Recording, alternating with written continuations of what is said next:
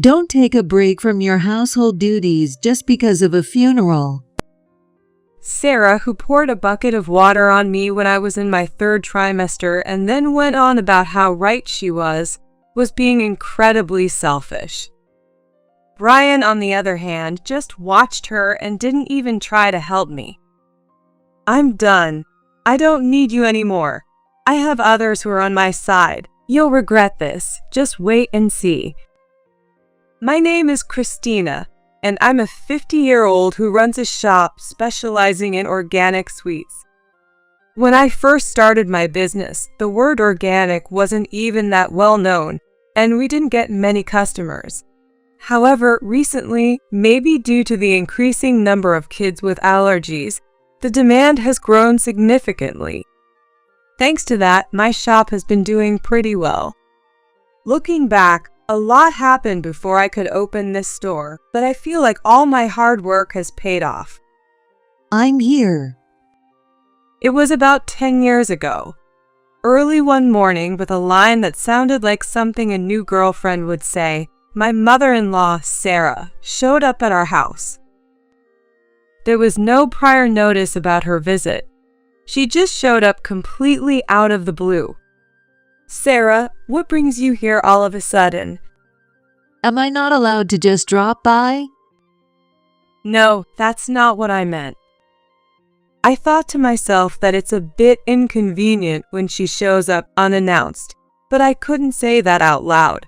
Instead, I swallowed my words and plastered on a polite smile.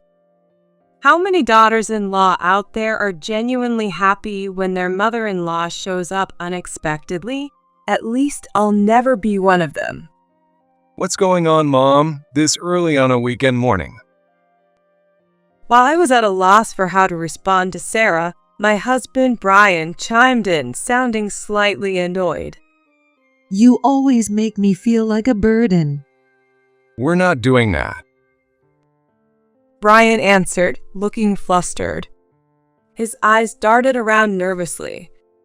I just feel like seeing you too. Look, how about this? My neighbor shared some apples with me. Sarah handed over some apples that looked slightly overripe. It was clear she couldn't finish them herself and had brought them over to offload, but I kept that thought to myself and thanked her with a smile.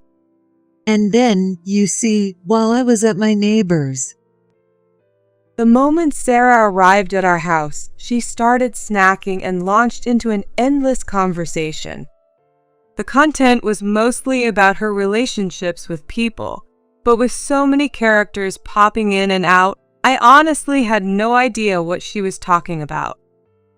Her story jumped from one topic to another, lacked any conclusion, and had no punchline. I spent over half the time thinking about other things while pretending to listen, enduring the disjointed chatter. Before I knew it, about 4 hours had passed. When are you heading home, Mom? I just got here. Or do you have plans? No, I don't, bud. He could have just lied and said he had plans. Then it's fine, right? Oh, Christina, I'm hungry. What? Suddenly, Sarah threw the conversation ball at me, and I let out an odd sound without thinking. Hungry? Don't tell me she expects me to make lunch. Just make anything for lunch. As I feared. Why do I have to make it? Even though that thought crossed my mind, my peace-loving nature got in the way of saying no, and I found myself asking her what she wanted to eat. Feeling a bit of self-loathing, I ended up making pasta as per Sarah's request. Oh dear, I prefer my pasta firmer. The moment I placed the plate of pasta in front of her, she muttered with a blatantly disappointed expression. Feeling slightly irritated, I replied, Brian doesn't like firm pasta, right, Brian? I don't mind them at all. What? Brian's unexpected answer left me speechless. Wait, didn't he say from the start of our marriage that he hated Sarah's pasta because it was always overcooked and that he preferred them firm? Is he lying just to stay on Sarah's good side? I was about to glare at Brian when Sarah chimed in with a cheerful voice. That's right. Brian, you do prefer softer one, don't you? Whenever I made them, you always said they were delicious. Could it be that Christina just isn't good at cooking? Here we go again. The truth is, Sarah doesn't like me very much. It's because my mom is a single mother. Sarah, who grew up sheltered and full of prejudices, dislikes me simply because I was raised by a single mom. It's not like a single mother or her child ever did anything to her.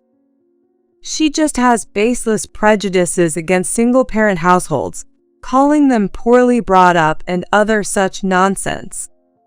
The proof? I'm the only person she knows from a single-parent family.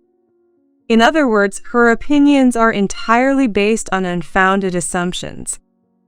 Lately, Sarah has been particularly unhappy about my pregnancy, and every time we see each other, her snide remarks have been harsher than usual. The reason I was able to marry Brian despite Sarah's attitude is thanks to Brian's late father, who passed away not too long ago. He was someone who truly looked at people for who they were.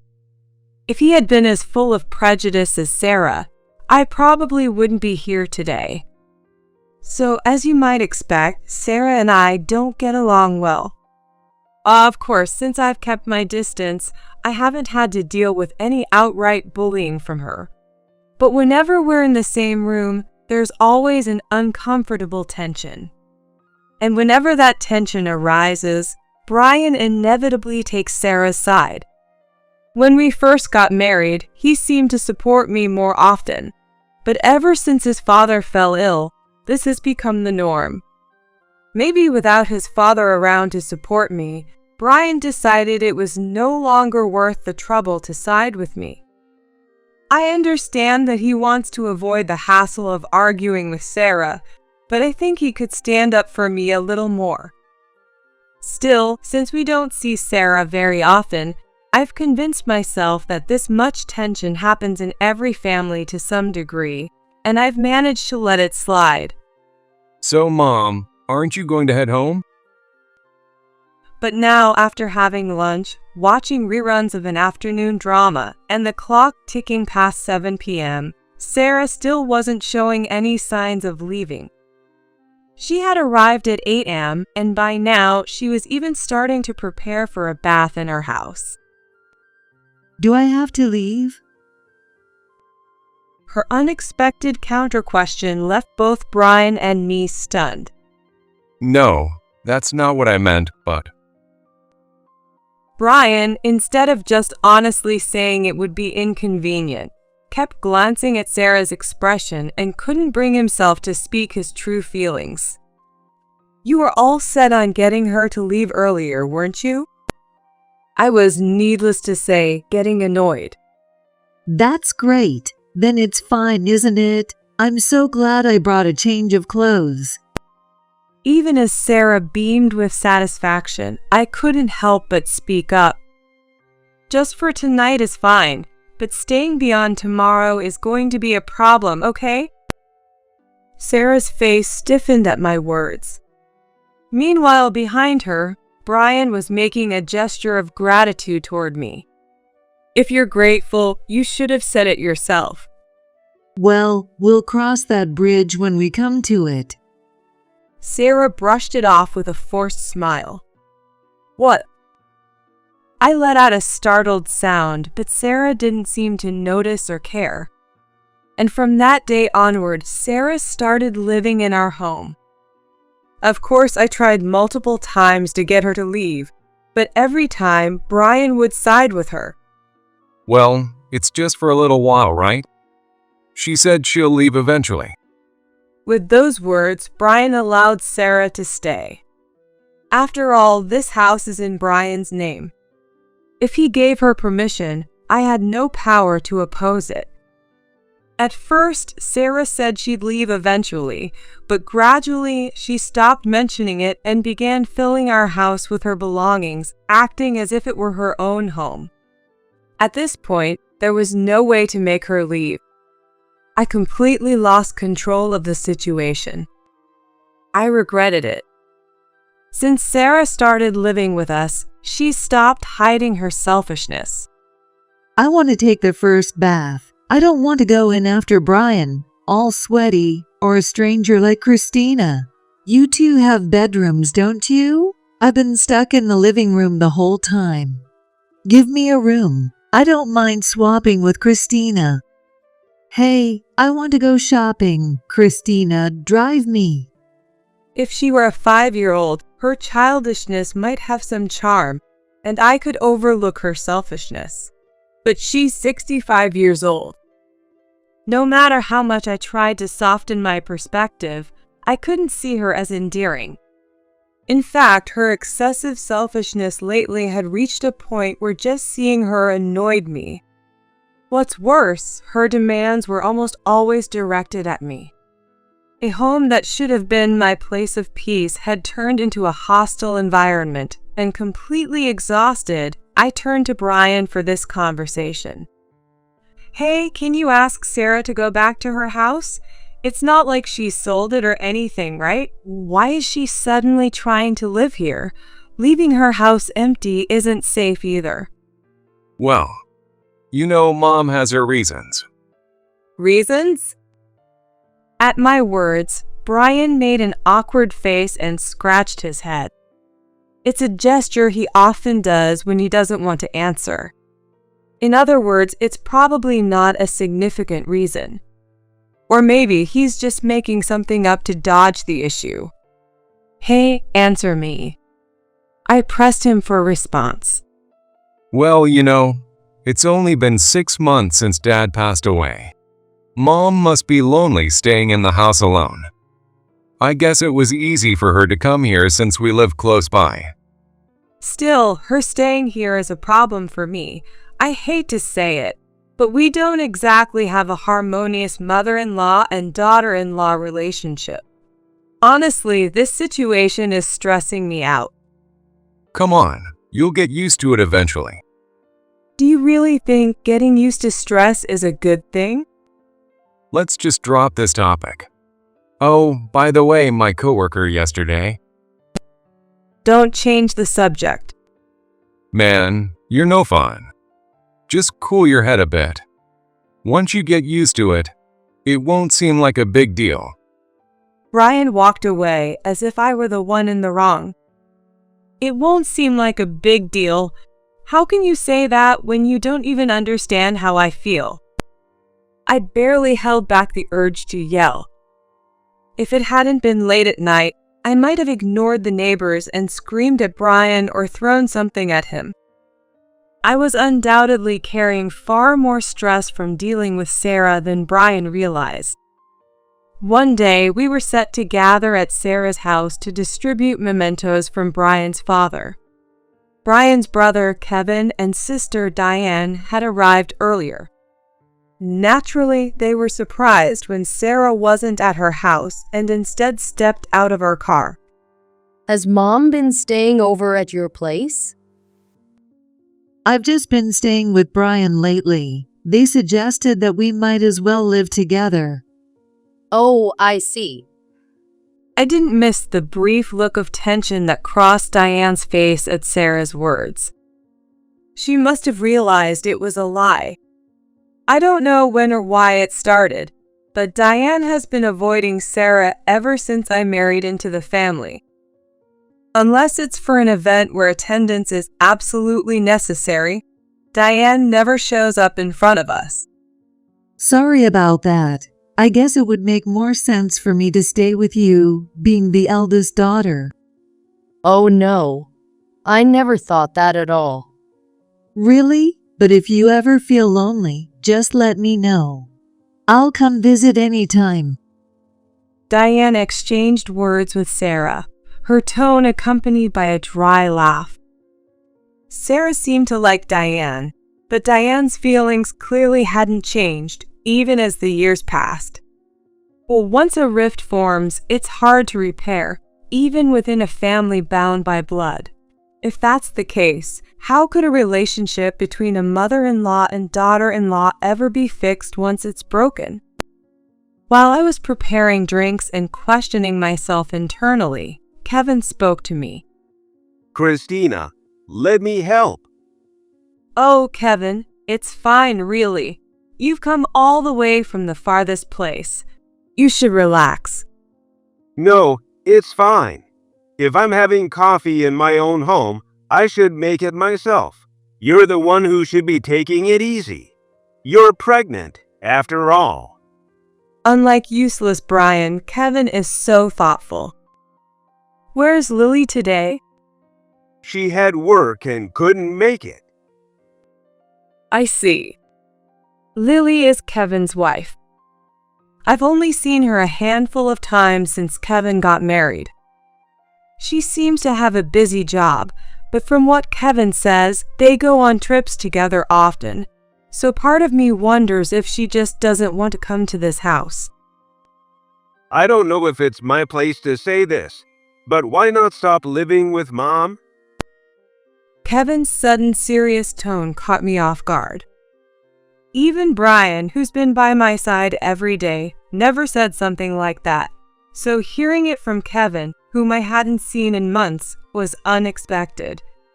I was about to vent my frustrations to Kevin when Brian appeared behind me. Nah, it's fine. Everything's going smoothly, so there's no need for you to worry, Kevin. As he said that, Brian appeared from behind me. What are you doing here? It's rare for you to come into the kitchen. Oh, I heard the conversation on my way back from the bathroom, so I just stopped by. Of course, that's exactly the kind of person you are. And here I was, foolishly hoping you might help carry the coffee. How frustrating. That kind of behavior wouldn't have bothered me much before. But ever since Sarah started living with us, I found myself noticing Brian's flaws more and more. Maybe this was a sign our marriage was heading toward a crisis, I thought to myself. Is everything really fine? Wives tend to bottle up a lot of things that we men don't notice. Brian snorted at his comment. It's fine. Anyway, it's a wife's job to endure situations like this and figure out how to smooth things over. I've never heard of such a job description. Brian's ridiculous remark was too much for me to let slide, and I couldn't help but fire back. Kevin watched us with a worried expression. Alright, I'll help too. But I don't think it's really a situation where I need to lend a hand, is it? Well, since you never help, I don't even think to ask you for help in the first place. What's with the attitude? That's not cool. I'm just pissed off because you're taking living together so lightly. I've told you repeatedly that I don't want to live together, remember? Did you forget? Well, I mean, I think I understand, but... What's with that attitude? You really did forget, didn't you? Stop making it seem like I'm the one at fault when you've forgotten all the important things. That's not what I meant. I'm just worried. Anyone can say they're worried. It's meaningless if you don't take action. Noticing my anger escalating, Kevin stepped in, blaming Brian in a way to intervene. Brian, you really need to take better care of Christina. Alright.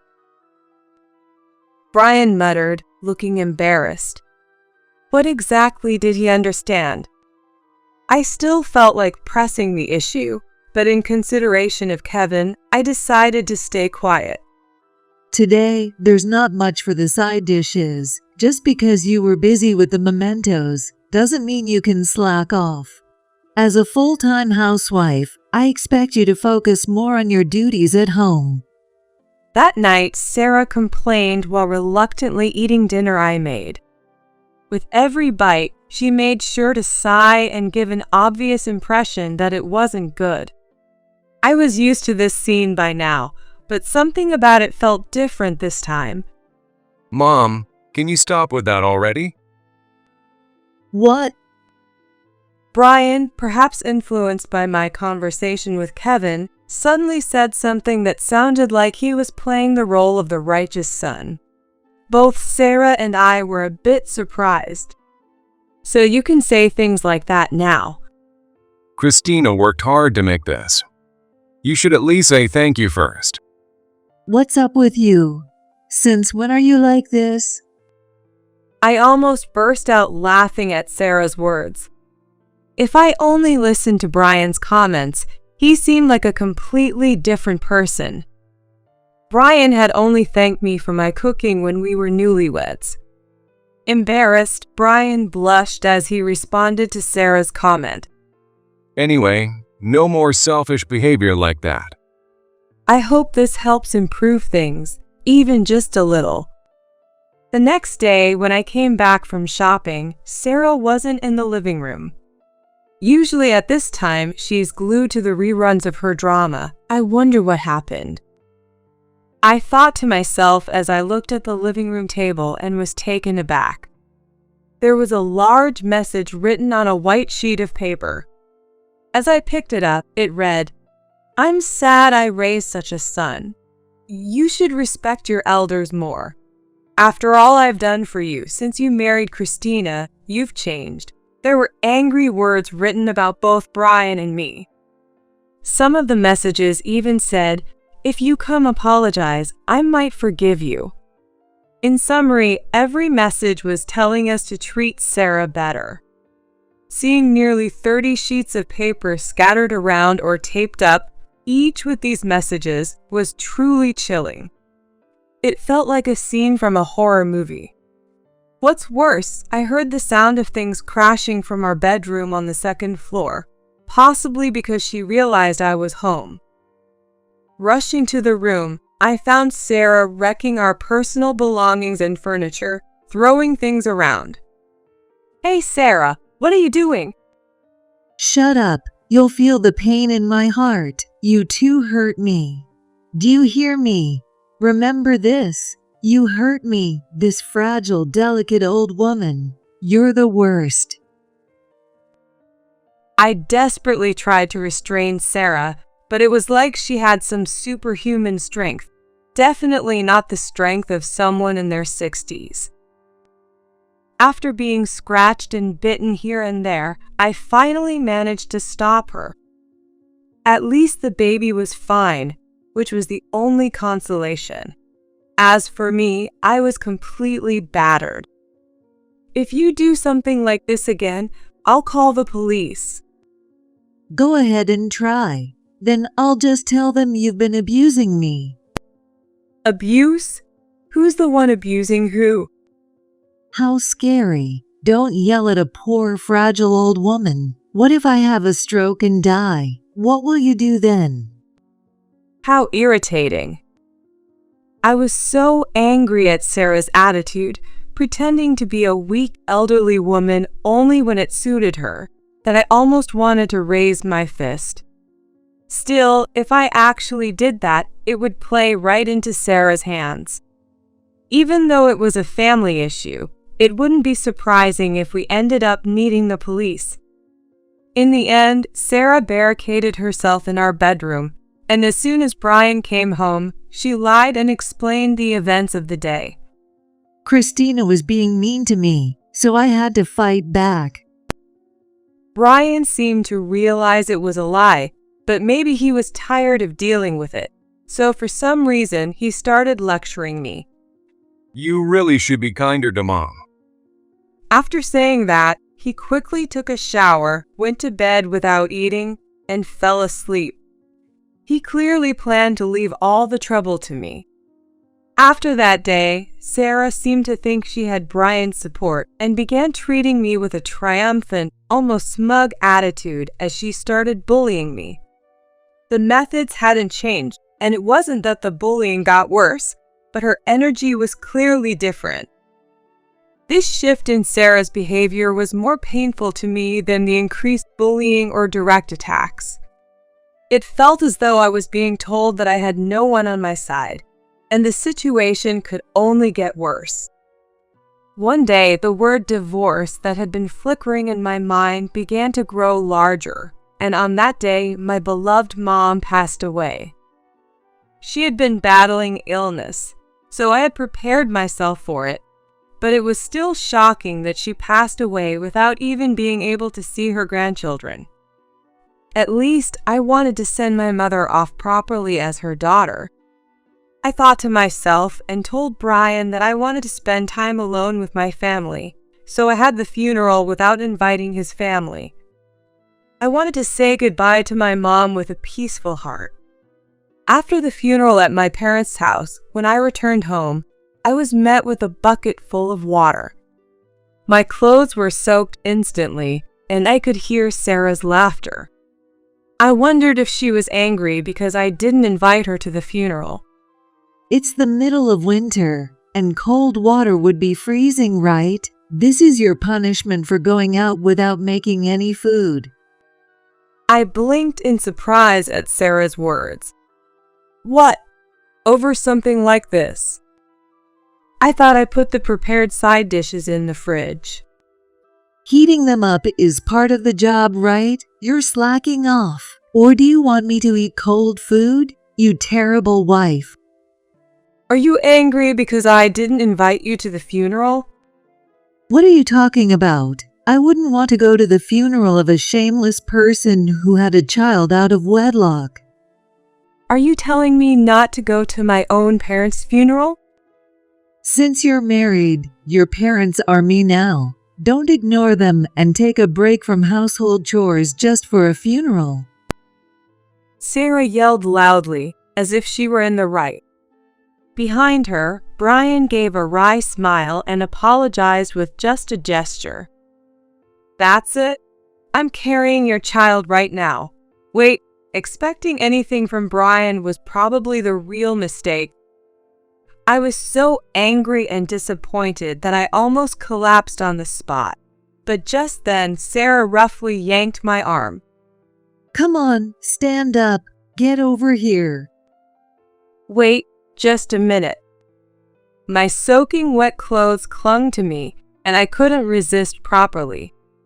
In fact, I was so cold that I could barely feel my body.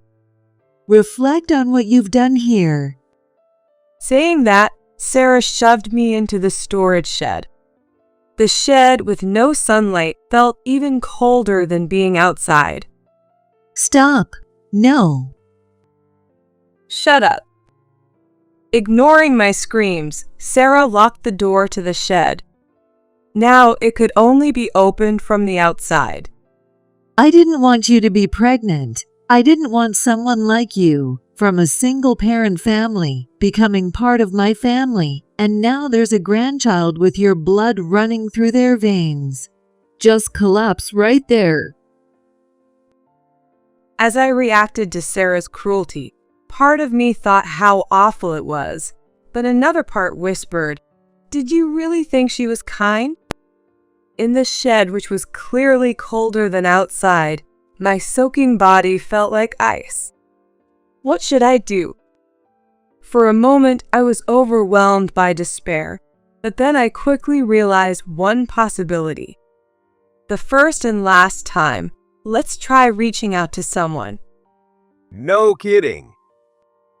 About 5 hours after I was locked in the storage shed, Kevin was furiously shouting in our home. How could you lock Christina in a place like that when she's in her third trimester? And Brian, why didn't you go help her? Kevin, who rarely gets angry, was shouting, and both Brian and Sarah were stunned. They probably never expected Kevin to show up, so of course they were shocked. After I was locked up, what I did was calmly take my phone out of my bag and ask Kevin for help. Then, Kevin quickly thought on his feet and reported to the police that a pregnant woman had been locked in the shed because the lock was broken. Of course, the lock wasn't broken. I was easily rescued. What was even more absurd was that while the pregnant woman was locked in the shed, The family inside the house was casually watching TV and doing nothing to help. It was a strange situation, to say the least. It was obvious that the lock had been placed from the outside, and there was no doubt that my story wasn't a lie. With the police getting involved, there was a huge commotion to see if something else was going on inside the house. Rather than calling in to report that I was locked up, it was Kevin, who was far away, who contacted the fire department after receiving my SOS. This only seemed to highlight the rift in the family, and the police interrogated me, asking all sorts of questions. The fact that the officer assigned to the case was a woman also meant that what would normally be handled as a family matter was being investigated much more thoroughly. Don't go so far as to mistreat your wife to the level where the police get involved. Surprised by Kevin's angry shout, Sarah slightly shut her eyes. I didn't intend to mistreat her. In that moment, Kevin glared at Sarah. That's your flaw, Mom. What? You always say, I'm not at fault. That's not what I meant. I was just trying to help. But your judgment is usually wrong. You can't say that. Then do you realize why Diane avoids coming near the house? Was that why? See, you didn't even notice that she's avoiding it. But I don't remember doing anything to make her think that. Diane took a leave of absence from the company she joined right after graduation, right? Yeah, she said her boss was harsh on her, and she had some mental health issues. Honestly, she's still so immature. That's it. What? You pushed Diane's wounds, made her feel cornered, and on top of that, you dumped all the housework on her. Well, I thought if she wasn't working, at least she should help out with the house. She wasn't just not working. She was falling apart to the point that she couldn't even work. And you couldn't understand that. And you're calling her immature? At Kevin's words, Sarah collapsed to her knees. If you had just said so. Even if I said it, you'd make excuses and wouldn't listen. Who would want to talk to you? It's because of that side of you that Diane rushed into marriage and moved out. And it's the same with Lily. What? I know. You've been mistreating Lily when I wasn't around. That was just because she lacked respect for her elders, so I was trying to teach her. Is it necessary to pinch and physically hurt her to teach her something? If that's the case, it's you who doesn't have proper manners when teaching. That's a lie. With each of Kevin's revelations about Sarah, Brian groaned. It seemed like he didn't know how far things had gone. By the way, I've been pinched by Sarah a few times as well. The reasons were usually petty things like having food I dislike in my meal or not rushing to her side within a minute when she called me. Actually, I already told you that Sarah did that kind of thing to me. That's a lie. I never heard that. Brian raised his voice in response to my words. If you didn't hear it, fine, but I was pinched by Sarah right in front of you a week ago. What? When I said it hurt, you told me, "You're making a fuss." Do you remember that? As I said this, Brian's face quickly turned pale. He probably remembered it happening. You're acting all high and mighty, but you haven't seen anything. I guess it's because you don't want to see the inconvenient things. I've been doing this for your sake. You always talk like you're such a great husband, but your actions don't match your words. You don't have to go that far. I will, because I've talked to you about Sarah and her behavior so many times, and each time you just shut me down. And now you act like the perfect husband. It just makes me angry. You and Sarah are really alike. What do you mean? How you both think your actions are always right. When I said that with a smirk, Brian's face turned bright red, likely because he realized I had pointed out something embarrassing. I'm just trying my best for other people, just like Mom. Best? What is Brian talking about? I almost laughed, but I chose not to say anything. Then Kevin said something. Then why don't you and Mom just live together? What? I burst out laughing at Brian's surprised expression. I couldn't hold back my laughter anymore. Why should I? Well, if you're both trying so hard for other people, then you should be able to live together and make a good life for each other. You'd be the perfect pair for shared living. Why not you and Diane? I can't. Diane doesn't like it. We don't want it either. Christina doesn't like it. I smiled sweetly at Brian's words. You don't mind. Wait. So do you want to live with Mom? Even with the baby coming? I'd prefer not to live together. See, then Kevin's suggestion won't work. It's fine. You can just live with Sarah. What? After everything that's happened, why do you think I'd still want to stay married to you? What do you mean? Let's get a divorce. We'll figure out the child support later. I'll move out and go back to my parents' house. Wait. It's already weird that we're talking about me taking Mom in. But why the heck would we get a divorce? Probably the only one not understanding the conversation here is you. Kevin already realized I was going to divorce you, and that's why he was discussing what to do with Sarah, who wants to live with someone. Is that so? In disbelief, Brian turned to Sarah, who then said, I don't mind living with you. Ironically, it seemed like Sarah understood the situation too. You've overlooked everything at home and made me suffer, but you can't even see what's happening right in front of you. Give me a break. You've got it rough too. With those words, Brian hung his head, and for some reason, Sarah, who was the one causing all this, laughed loudly like it was someone else's problem. As promised, Sarah began living with Brian, clinging to him. Although Sarah's favorite was originally Diane, it seemed that Diane and Kevin had cut ties with Sarah.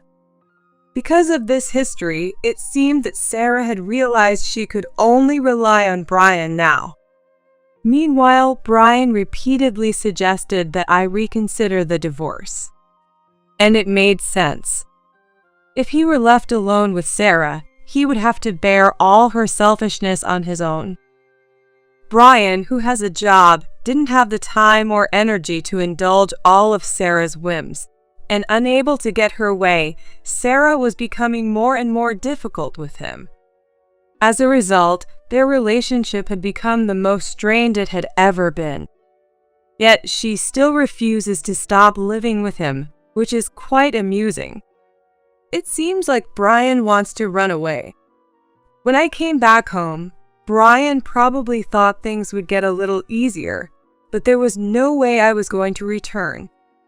I filed for divorce, claiming the emotional distress from the marriage, and demanded alimony, child support, property division, and even birth expenses. I made sure to get what I deserved and divorced without hesitation. Now I was officially free. Ironically, I became a single mother just like my mom, but I found that it wasn't so bad and I could manage. It might have been because I had seen my mom's example that I didn't panic.